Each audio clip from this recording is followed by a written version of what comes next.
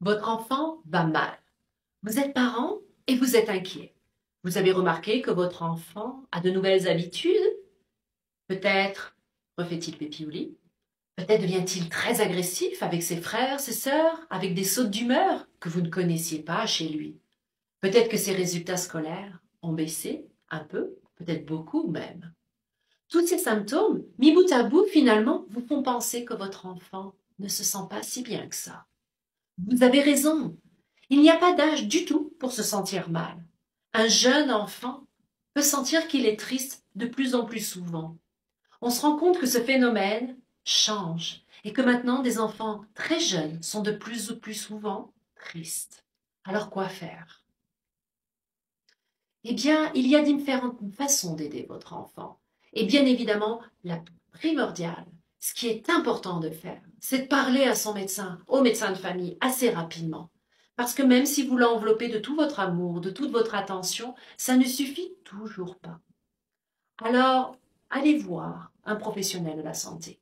Votre médecin de famille, comme je disais, est le plus approprié parce que vous avez probablement tissé une relation avec lui. Brisez cet isolement-là. Ce n'est pas un fait isolé qu'un enfant jeune ressente des sentiments de tristesse, d'agressivité, peut-être de violence même. Renseignez-vous aussi avec ses amis, avec d'autres membres de la famille, s'ils ressentent aussi qu'il est comme ça. Puis parlez avec vos amis à vous et votre famille. Peut-être ont-ils vécu des situations similaires avec leurs propres enfants. Recherchez s'il y a des situations ou des associations qui pourraient vous aider, qui sont là pour aider les parents. Il en existe beaucoup des associations d'aide aux parents. Vous pouvez trouver des ressources. Une ressource assez facile à trouver, c'est sur le site du gouvernement de l'Alberta. C'est en anglais, pas toujours évident effectivement de pouvoir lire les textes en anglais, mais vous pouvez les traduire dans différents moteurs de recherche.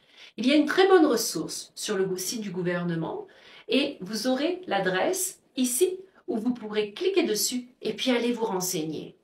L'Institut Guy Lacombe et de la famille, bien évidemment, est un centre de ressources extraordinaire pour les parents.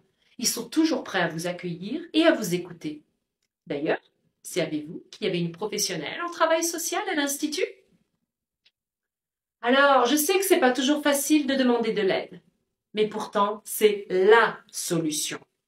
En expliquant votre situation, vous ouvrez une grande porte, celle où les personnes peuvent vous aider et vous accompagner et répondre à vos besoins. Alors une chose, vous n'êtes pas seul à ressentir ce type d'inquiétude. Osez parler.